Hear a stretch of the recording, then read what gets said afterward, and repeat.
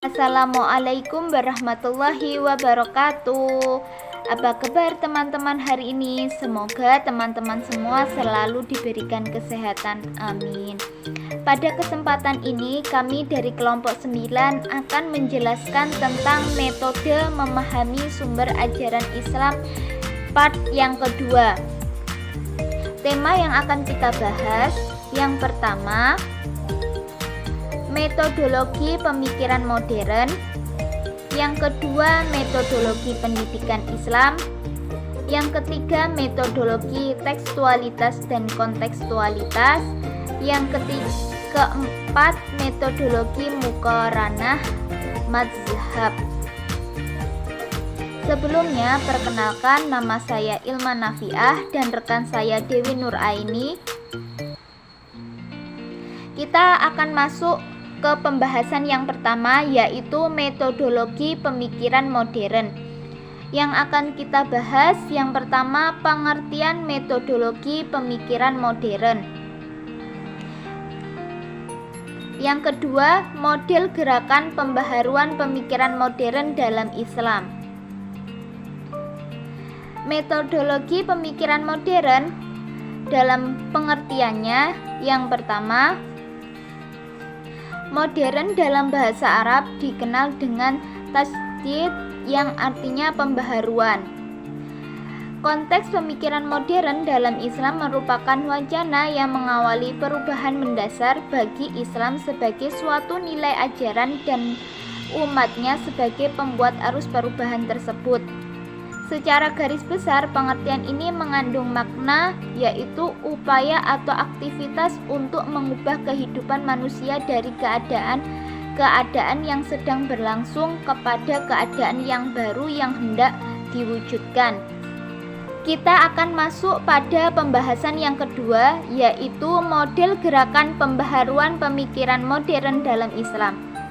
Model gerakan pembaharuan pemikiran modern dalam Islam dibagi menjadi 4, yaitu yang pertama, gerakan Wahabiyah atau Salafiyah. Pelopornya adalah Muhammad bin Abdul Wahhab di Jazirah Arab, tumbuh dan lebih berkembang di Hijaz sebagai jantung umat Islam sedunia. Gerakan-gerakan ini muncul bukan karena pengaruh Barat, tetapi sebagai reaksi terhadap paham tauhid Islam yang telah dirusak oleh hadirnya ajaran-ajaran yang menyimpang seperti mempercayai keramat, kemusyrikan, dan lain-lain. Yang kedua, gerakan pembaharuan dalam Islam.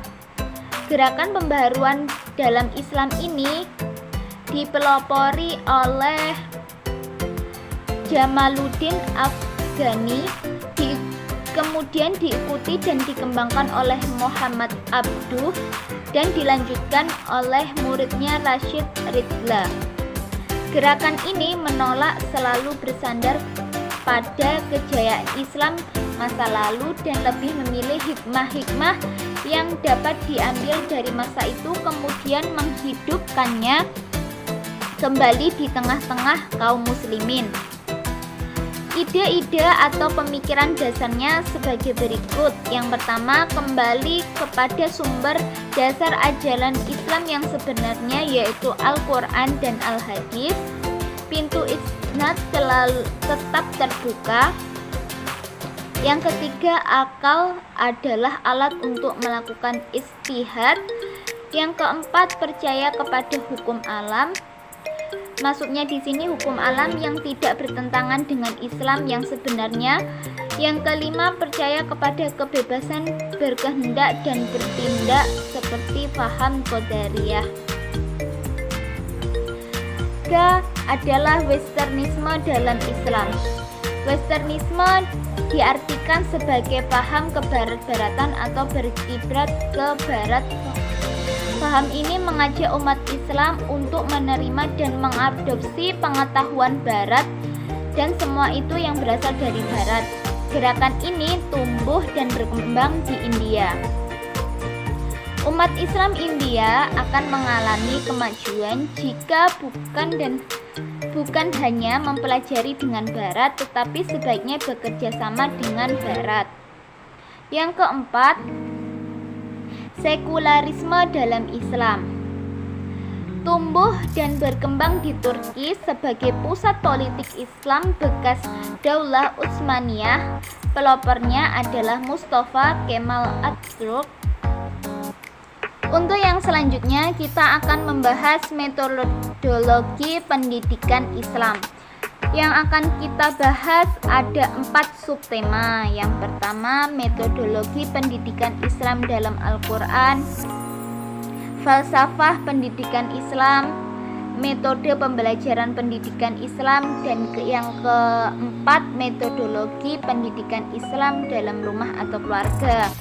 Untuk yang selanjutnya, yang pertama kita akan membahas metodologi pendidikan Islam. Metodologi pendidikan Islam dalam Al-Quran. Allah Subhanahu wa Ta'ala adalah pendidik terbaik bagi manusia dan alam semesta. Dengan menamakan kata Rob dalam berbagai ayat Al-Quran, para musafir menyatakan bahwa Allah menamakan dirinya sebagai pendidik. Tentu pendidikan di sini ada yang bersifat langsung maupun tidak langsung.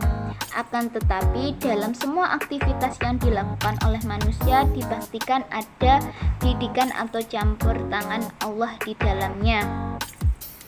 Ketika Allah Subhanahu wa Ta'ala meniupkan ruh pada jasad semua manusia, mulai di situ Allah menyampaikan pendidikannya akan ketundukan ruh dan jasad kepada Allah. Selanjutnya, di dalam kehidupan agar manusia mengikuti aturan-aturan yang Allah tetapkan. Yang kemudian, pendidikan Islam ini bertujuan untuk mempersiapkan peserta didik menjadi muslim yang baik. Visi utama harus dilaksanakan oleh pendidik Islam, yakni untuk mentransfer ilmu atau nilai-nilai agama Islam kepada anak didik. Yang selanjutnya adalah falsafah pendidikan Islam.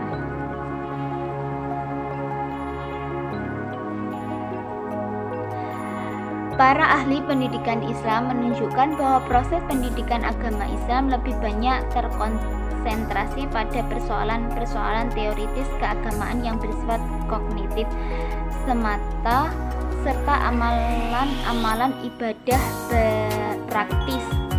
Maksudnya di sini pendidikan Islam kurang memberikan suatu pengajaran yang bersifat menyampaikan nilai agama secara utuh, sehingga banyak kenakalan remaja yang saat ini terjadi. Hal ini menjadi suatu cambukan bagi pendidikan Islam yang seharusnya harus memberikan suatu pendidikan secara utuh, yaitu dengan memberikan nilai-nilai agama yang sesuai dengan perkembangan zaman dan bisa diterapkan oleh peserta didik pada saat sekarang ini. Untuk yang ketiga, metode pembelajaran pendidikan Islam. Metode pembelajaran Islam di sini akan dijelaskan macam-macam metode pembelajaran sesuai sasaran. Yang pertama, terhadap cendekiawan. Maksudnya di sini adalah terhadap cendekiawan yang memiliki pengetahuan tinggi diperintahkan menyampaikan informasi dengan hikmah, yakni berdialog dengan kata-kata bijak sesuai dengan tingkat kepandaian mereka. Untuk yang kedua, terhadap kaum awam diperintahkan untuk menerapkan penyampaian pelajaran yang baik, yakni memberikan nasihat dan perumpamaan yang menyentuh jiwa sesuai dengan taraf pengetahuan mereka yang sederhana dan mudah dipahami. Untuk yang ketiga, terhadap ahli kitab atau penganut agama non-muslim diperintahkan untuk dengan cara yang terbaik, yaitu dengan logika atau retorika yang halus dan mengesankan dan dapat diterima oleh semua pihak. Yang keempat, metodologi pendidikan Islam dalam keluarga. Dalam mendidik ada beberapa metode pendidikan yang dapat dipakai orang tua. Dan orang tua harus memilih metode yang tepat dalam mendidik anak-anaknya. Para ahli pendidikan Islam seperti Muhammad Khut Abdurrahman dan Abdullah Nashi Ulwa telah mengemukakan metode-metode pendidikan dalam Islam. Untuk itu ada beberapa metode pendidikan yang cukup baik untuk diterapkan dalam pendidikan di lingkungan rumah atau keluarga, yakni yang pertama keteladanan, pembiasaan, dan pemberian nasihat. Tentang metodologi tekstual dan kontekstual. Pengertian metodologi tekstual dan kontekstual. Metodologi tekstual menekankan pentingnya tekstual sebagai studi Islam dengan mengacu pada sumber-sumber suci Islam, khususnya Al-Quran dan hadis. Metodologi kontekstual adalah metode memahami dari segi konteks, baik dalam ruang maupun dalam waktu. Metodologi tekstualitas dan kontekstualitas dibagi menjadi dua pendekatan. Yang pertama, pendekatan tekstualitas. Yang kedua, pendekatan kontekstualitas. Yang pendekatan pertama, pendekatan tekstualitas. Pengertian tekstualitas. Pendekatan tekstual merupakan pendekatan tertua yang digunakan untuk memahami hadis Nabi.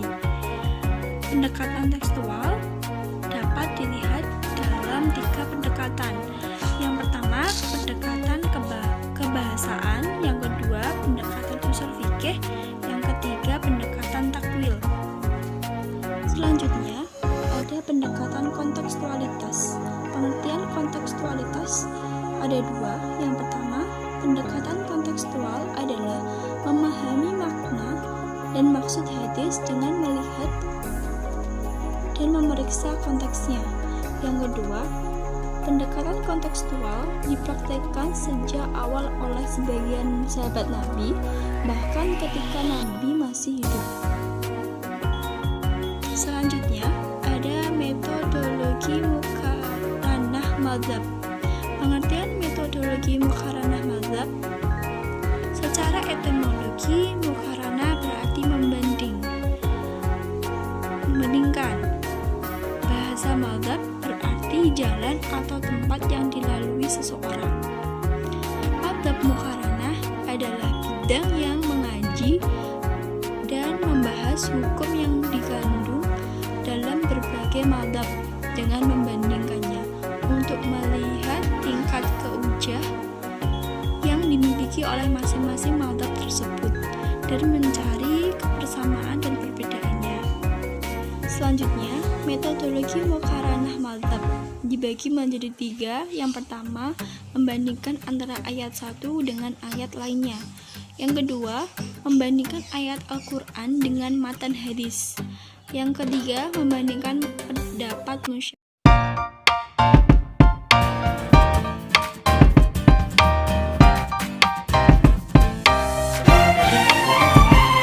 Sekian, terima kasih. Semoga apa yang kami sampaikan bisa membawa ilmu yang barokah dan penuh manfaat bagi kita semua. Sekian, terima kasih. Wassalamualaikum warahmatullahi wabarakatuh.